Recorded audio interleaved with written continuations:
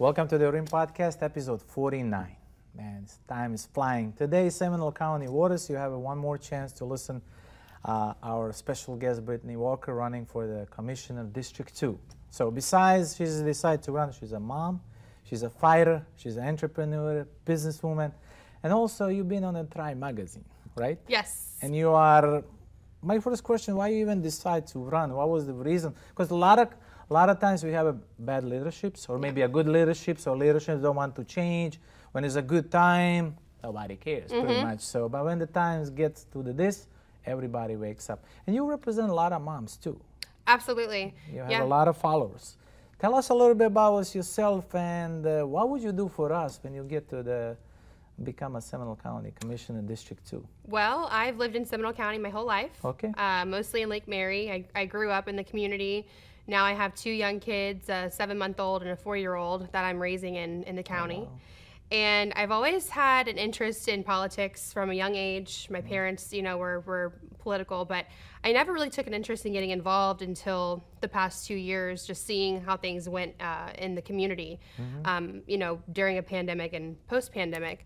And I started getting involved with on a county level because most people pay attention to state and federal level politics, and they don't really understand that county and city level really is what controls your quality of life. So I've been paying attention to Seminole County politics for the past 2 years, and I think that it's time that we get a new, fresh face with new ideas that can take our county in a different direction. And something more motive. What I'm really seeing, there's a challenge. A lot of moms speaks up, but it seems nobody listen. I believe you don't have to go to the public schools or commissioner level, city halls, and yelling and screaming for 100 times before somebody starts to notice you. I believe if you go first time and you have a good point, I believe people should listen to you. Well, I think our leaders should listen, and that's an issue that we had is we got involved very early on in the first 2 years. And I think we started off as a group of maybe 10 or 15 of us, but nothing changed until that group grew till we packed out the room with over 300 people. Wow. That's when we finally started seeing change, and it shouldn't be like that. Wow, it shouldn't be like, it should one voice because we all pay taxes. Absolutely. And they're all collected. And I know you're running, and it's a great district. Covering a lot of good businesses, essential, non-essential. I don't know what they're coming with that, but it's just funny for me, like how they even put it that category. So tell us a little bit why Seminole County voters should vote for you over other well-qualified candidates. What is there something particular about you that you have it? Well, you see, I am a community advocate. Okay. I'm a mom. I'm a business owner. I am here to bring transparency and accountability back to our system. I'm not a politician. I will never be a career politician. That's not my goal in running for office. My goal is to make change in a short period of time and then get out and let someone else take over and do the same thing. I think that we need term limits because if we had those, we wouldn't have career politicians coming in and messing up the system. I think we should have people that have ideas, can get in, get those ideas implemented and get out and get back to their businesses and their lives. Yep, and I believe you cannot fix things in 5, 6, 7 years. You're not going to in 30, 40 years either. Right, exactly. So also I love to touch on infrastructure because that's commissioners. A lot of people even don't understand this Seminole County Commission or any commission that exists out there.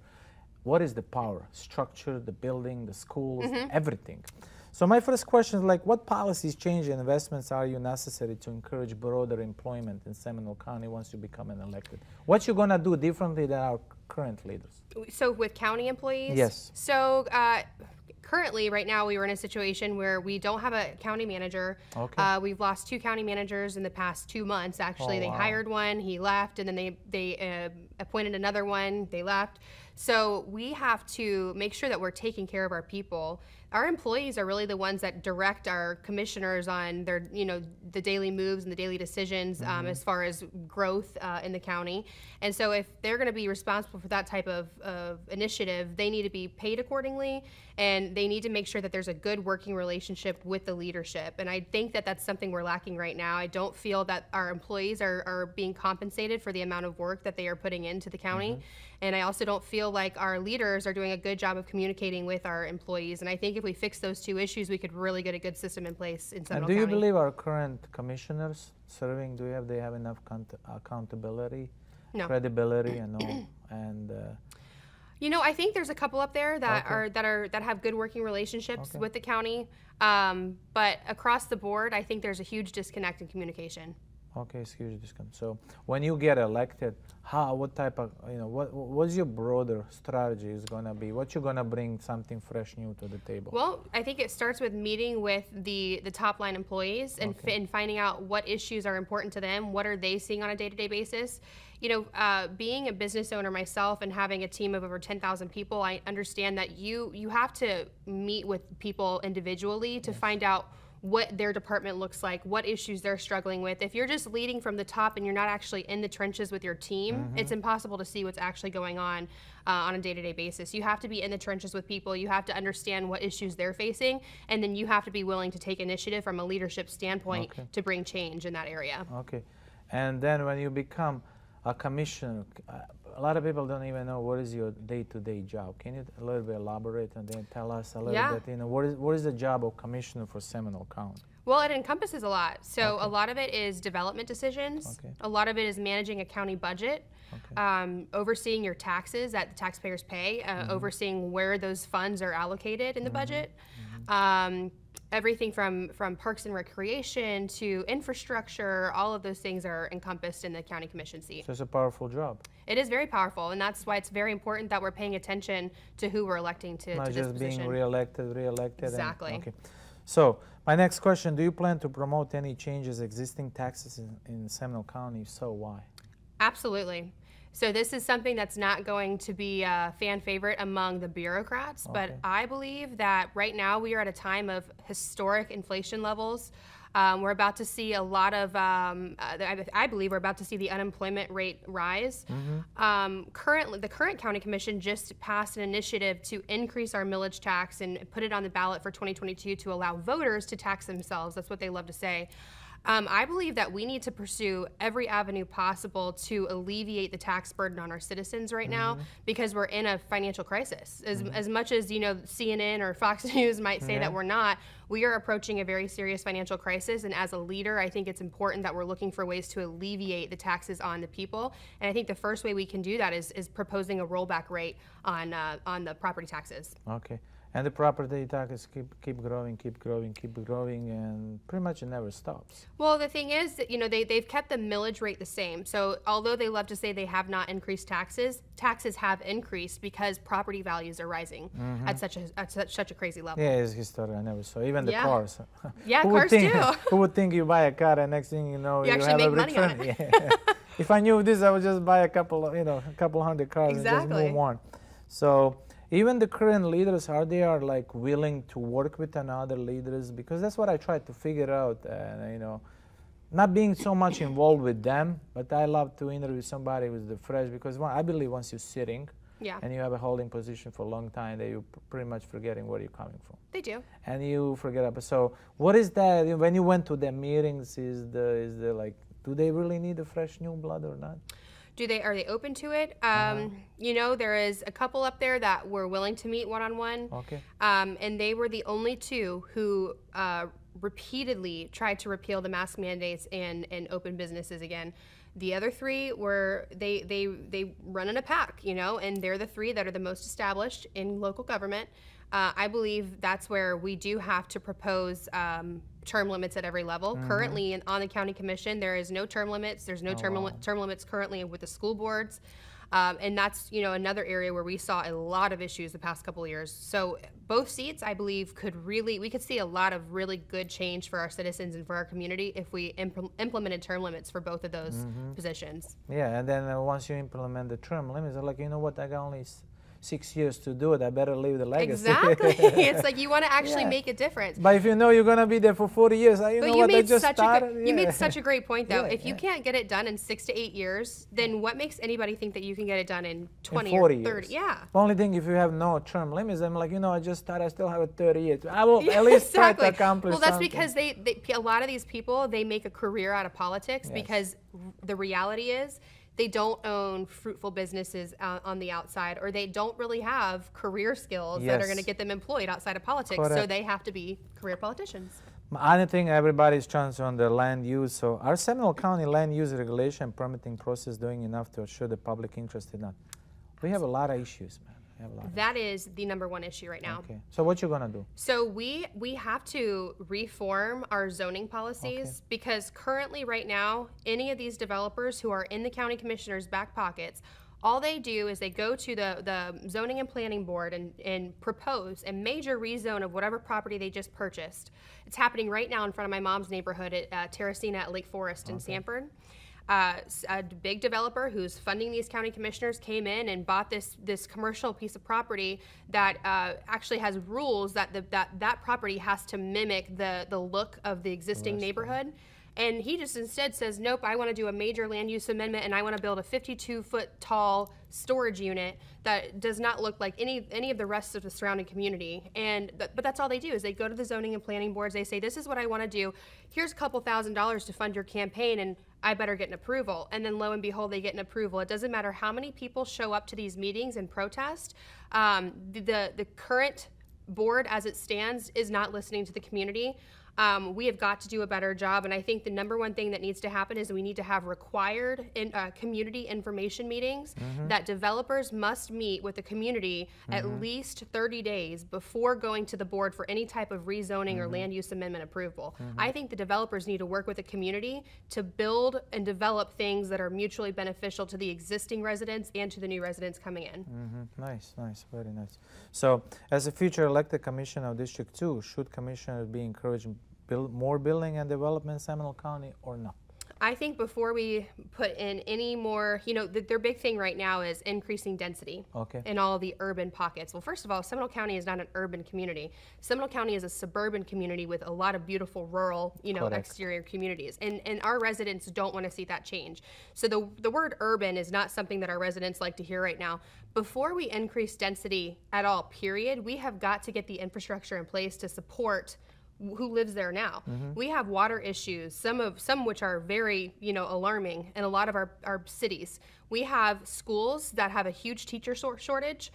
In fact, there are schools in Lake Brantley High School. There were students that were sitting in cafeterias doing virtual online learning because they couldn't even find a substitute to teach the class. So things like this, our roads, the traffic, we've got to take care of all of these underlying infrastructure issues. We've got to create more parks and recreation. We are probably going to need to build more schools before we continue increasing density. So before we start going down this path of more apartments and more high-density development, we've got to fix what's currently broken. There's a lot of vacant buildings, so we keep building new ones and keep leaving these buildings behind. So he's going to live in there. They take the space, unused space. Absolutely. Yeah. So even along the 1792 corridor, there's plenty of redevelopment opportunity. Buildings that currently stand that are vacant, buildings that need to be repurposed and redeveloped. Let's focus on that first, and let's stop clear-cutting, the new land, because people love the feel of we are Florida's natural choice. Yes. That's what Seminole County is known for. People want to maintain that reputation. Yes, and there's almost 500,000 people living here, man. It's like 455,000. Yeah, and it's keep growing. And drastic pace. Well, if you build it, they will come. That's the term. Yes. So what do you see as the most pressing needs for infrastructure capital projects in Seminole County, especially District 2? I know there's 5 districts, but especially in your district. Well, in District 2, there is a severe water issue in Winter Springs that needs to be taken care of. We spoke a little bit about that offline, but we've got to make sure that all of our residents have access to clean water. And we need to make sure that's done before, like I said, we continue growing and developing. Another issue, too, is our schools. I think we need to start looking for where we're going to build new schools because the current land use map doesn't really have a lot of areas for us to build and develop new schools. Well, Seminole County historically has always been known for its school system. People flock here because we are such a good school system, and to maintain that reputation, we have to make sure that we have enough schools, enough teachers, and enough place to put these children to learn and develop. And as I'm looking as a city leaders, but how much the power and the power of the voice commissioner has over this, even the cities and buildings? Well, it's important that commissioners have good relationships with the city employees and the city managers, because if you don't, you're not going to get anything accomplished. And almost like the macro and micro governments. Well, if there's an issue in a city, for example, Winter Springs, but the leaders don't have a good working relationship with county leaders, nothing's going to get accomplished to actually serve the residents of Winter Springs. So it's very important that new commissioners and the existing commissioners work hard to restore those relationships so that ultimately they can work together in the benefit of the people. He brought up a great point. Do you believe it's really important that, like you said, a relationship? City leaders and commission leaders, before we hire an outsider or any vendor to fix our water issue, do you believe there should be some kind of accommodation between Seminole and what would you do differently? What kind of different game, you know, the different kind of passion, love, motive you will bring to the table when you get elected? Honestly, I think you just have to step in and say, let's not play any games. What is it that's not serving you? What is it that you want to see done differently from a county level? How can we work together? You tell me what you need from me. I'll tell you what I need from you. Let's work together. Let's take the politics out of this and do what's best for the people. Because at the end of the day, people don't run for office because they want to be powerful. Well, at least we hope not. I mean, some people might. But, you know, ultimately they run because they want to make a change and they want to do what's right for the community. And so sometimes, once again, when people are just reelected and reelected, they forget what their actual purpose was. And so I think a newcomer coming in can be a good way to remind them, look, let's serve the people. Let's take the politics out of this. Let's do what's right for our community. I always say there's no good government with no strong opposition. Yeah. You have to have a strong opposition. So I know you are a mom, you are a fighter, you're a businessman, you are everything. I know August 23rd is coming, primary elections. So you're going to get elected. And now it's your time. Look it up in Cayman. I said to the Seminole County voters why they should vote for you in specifically District 2.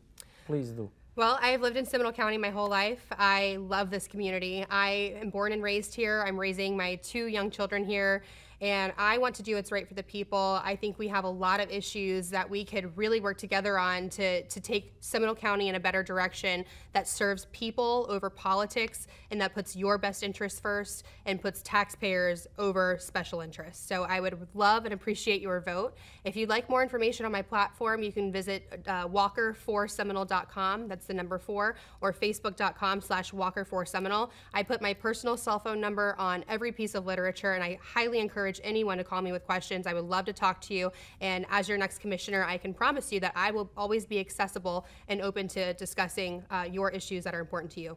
And I just want to rebuttal again. And you are what?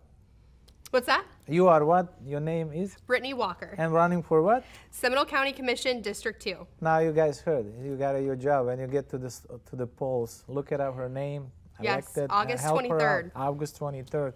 So make sure she got elected. So we do our job. She's going to do her job. But we are giving our great fans and citizens of Seminole County and even Orange County too. I believe we have to work together. We have to work together to get, because you work over there, but then you live there. Exactly. But Seminole County, I live there. It's important. And like you said, our issues has to start from here. Absolutely. We all pay attention to the state, to the federal level. We forget about how powerful the city commission is. That's our quality of life is in their hands. Yes, it is.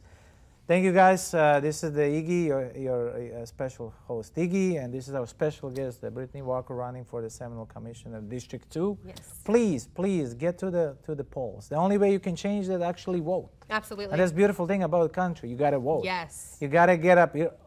Getting in touch on early voting. Can you touch when they can? Yep. So early voting begins August 10th, I believe. But the ballots, if you ordered an early ballot for your mailbox, that drops July 15th. Okay, perfect. So thank you so much. Thank you so much for being our guest. Once you get elected, we're going to bring you again, and then we can start working on the issues. Absolutely. Thank you, Brittany. Thank you for having me. We love you. We support you, and Thank please you. keep doing what you're doing for our beautiful community. Thank you so much. Thank you, guys.